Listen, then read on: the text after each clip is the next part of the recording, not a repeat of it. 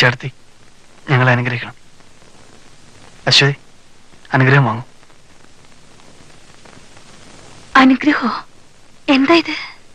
ഞങ്ങള് രജിസ്റ്റർ ഓഫീസിൽ നിന്നാണ് വരുന്നത്. കല്യാണം കഴിഞ്ഞിട്ട്. ഞങ്ങളെ ഒന്നും അറിയിക്കാതെ? ചേട്ടന് ഞങ്ങളുടെ വിവാഹത്തിന് ഇഷ്ടമല്ല. അശ്വതിയുടെ അച്ഛൻ മറ്റൊരു വിവാഹത്തിന് മുഹൂർത്തം നിശ്ചയിച്ചു. അപ്പൊ പിന്നെ ഇതല്ലാതെ മറ്റൊരു വഴിയൊന്നും കണ്ടില്ല.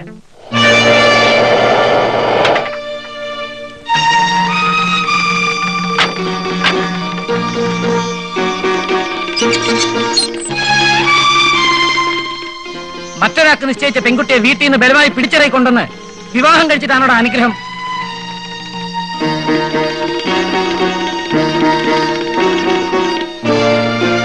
ഈ കുട്ടിയെ അവിടെ വീട്ടിൽ കൊണ്ടാക്കും. ഞാൻ വിളിച്ചിറക്കി കൊണ്ടുവന്ന് താലി കെട്ടിയത് വീട്ടിൽ കൊണ്ടാക്കാനല്ല. അശ്വതി വരൂ, ഞാൻ വീട്ടിൽ കൊണ്ടാക്കാം. ചേട്ടൻ ഞങ്ങൾ ഇവിടെ താമസിക്കുന്ന ഇഷ്ടമല്ലെങ്കിൽ വേണ്ട, ഞങ്ങൾ മറ്റേതെങ്കിലും സ്ഥലം നോക്കിക്കോളാം. വാ അശ്വതി. എടാ, എന്നെ ധിക്കരിച്ച് നീ പോവണ? എന്താ ബാലേട്ടാ ഇത്?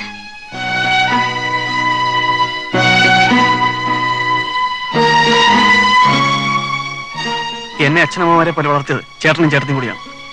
നിങ്ങൾക്ക് എന്നെ തല്ലുവോ കൊല്ലോ എന്ത് വേണമെങ്കിലും ആകാം. പക്ഷേ ഈ പെൺകുട്ടിയെ സ്വന്തമാക്കുന്നത് ചേട്ടൻ എന്നോട് ശത്രുത തോന്നേണ്ട കാര്യം എന്താണ്? നീ കുട്ടിയെ കൊണ്ടാക്കുന്നുണ്ടോന്ന് എനിക്കറിയേണ്ടത്. എന്റെ നിഴലിൽ നിന്ന് അശ്വതി മാറുന്ന പ്രശ്നമേ ഇല്ല. ബാലേട്ടാ, ഇനി അവന് തല്ലരുത്. എന്തുകൊണ്ടാ ബാലേട്ടൻ ഈ വിവാഹം ഇത്ര വലിയ പ്രശ്നമായി എടുക്കുന്നേ? എനിക്കതറിയണം. എനിക്കതറിയണം. പറയൂ, പറയാൻ.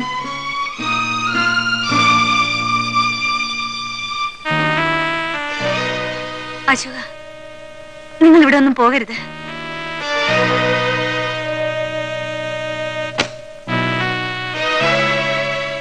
ബാലേട്ടൻ ജനങ്ങൾ ബഹുമാനിക്കുന്ന ഒരു ട്രേഡ് യൂണിയൻ ലീഡറാണ്. ജാതിമതങ്ങൾക്കെതിരെ ചിന്തിക്കുന്ന ഒരു രാഷ്ട്രീയക്കാരനാണ്. ആദർശശാലിയായ മന്ത്രിയാണെന്ന പേരുണ്ട്.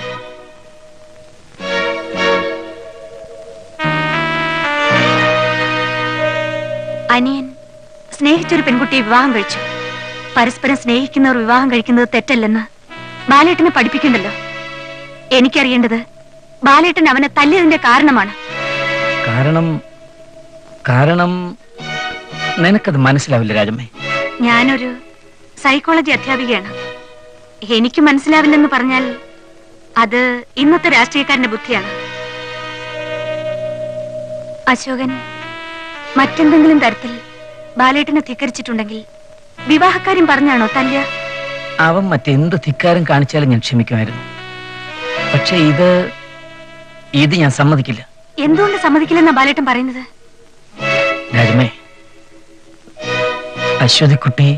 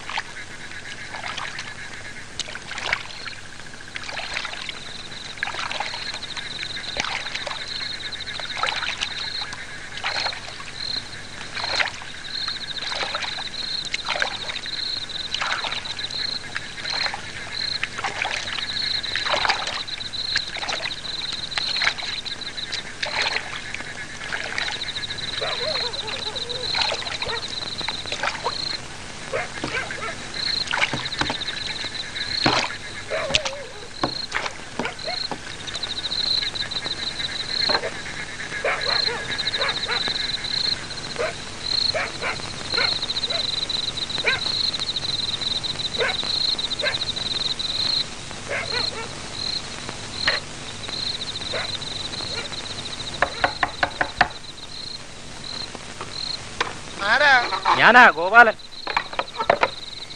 എന്തായി ആ സമയത്ത്? ഇത് സഖാവ് ബാലകൃഷ്ണൻ, കേട്ടിരിക്കുമല്ലോ, ട്രേഡ് യൂണിയൻ നേതാവ്.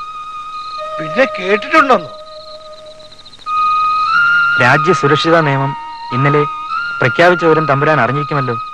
നേതാക്കന്മാരെല്ലാം അറസ്റ്റ് ചെയ്ത് ലോക്കപ്പിലാക്കി. സഖാവിനെ കുറച്ചു ദിവസത്തേക്ക് ഇവിടെ പാർപ്പിക്കണം.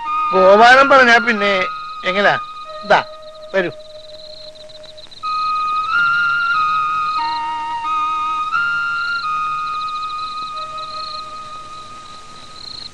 ഇത് എന്റെ സഹോദരി സാവിത്രി, ഇതെന്റെ ഭാര്യ ശ്രീദേവി.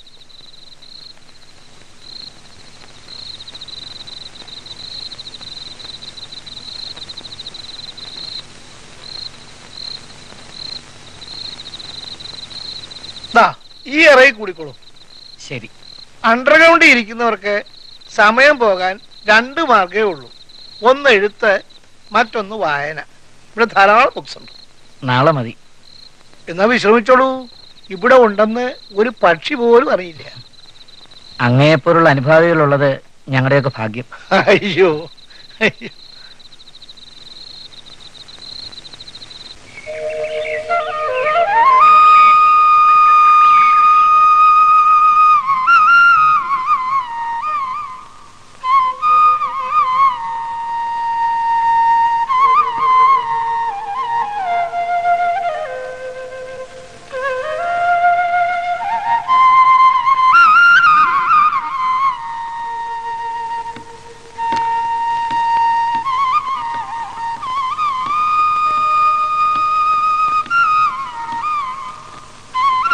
ബാല ഇതുവരെ ഉണർന്നില്ലേ? ഇല്ല. യാത്രാക്ഷീണം, പിന്നെ ഒളിവിലിരിക്കാന്ന് പറഞ്ഞാ ഉൾഭയം കാണും. ആ ചായ ശ്രീദേവി അങ്ങോട്ട് വെച്ചോളൂ, ഉണരുമ്പം കുടിച്ചോളും. പിന്നെ ഉച്ചയ്ക്ക് ഭക്ഷണം ചെങ്ങേ പോവണം.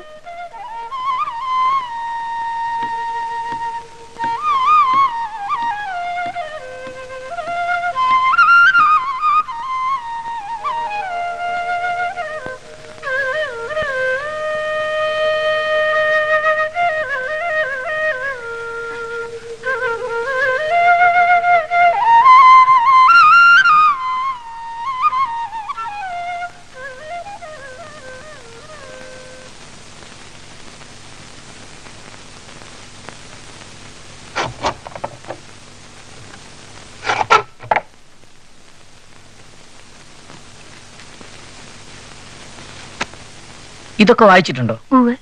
അദ്ദേഹം മാത്രല്ല, ഞാനും.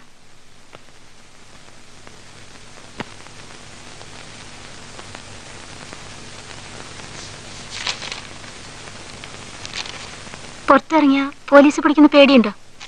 ഒരു പേടിയുമില്ല. പുറത്തുള്ള പ്രവർത്തകർക്ക് നിർദ്ദേശം കൊടുക്കാനാ ഞാൻ പിടികൊടുക്കാതിരിക്കുന്നത്.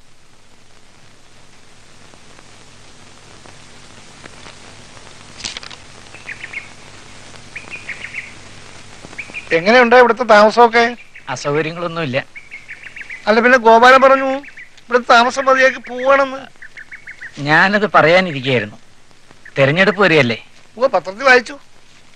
ഒളിവിലും ജയിലിലും കഴിയുന്ന മറ്റ് സഖാക്കളുടെ പേര് നോമിനേഷൻ കൊടുക്കണം. അതിന് ഞാൻ ഇവിടുന്ന് പോയേ പറ്റൂ.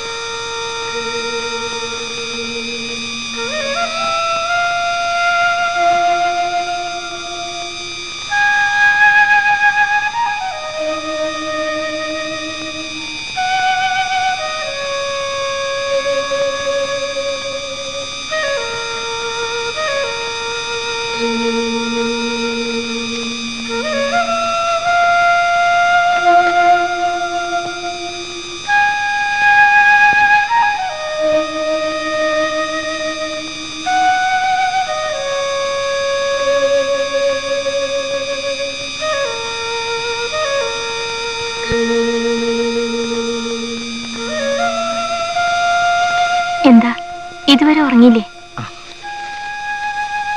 കുറെ വായിച്ചിരുന്നപ്പോ സമയം പോയതറിഞ്ഞില്ല.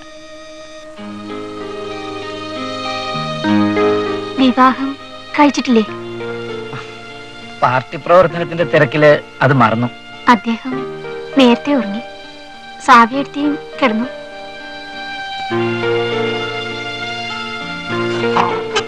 എന്താ ഇത്? വാതിലടയ്ക്കരുന്നു. അദ്ദേഹത്തിനോട് എനിക്ക് ഇഷ്ടമല്ലാഞ്ഞിട്ടല്ല, ചെയ്യണത് തെറ്റാണെന്നും അറിയാം. നാളെ പോവുകയാണെന്നറിഞ്ഞു. എനിക്കൊരു കുഞ്ഞു വേണം. ഞാനും ഒരു സ്ത്രീയല്ലേ. ഇവിടെ വന്ന നിമിഷം മുതൽ ഞാൻ ആലോചിക്കുകയായിരുന്നു, എതിർക്കരുത്,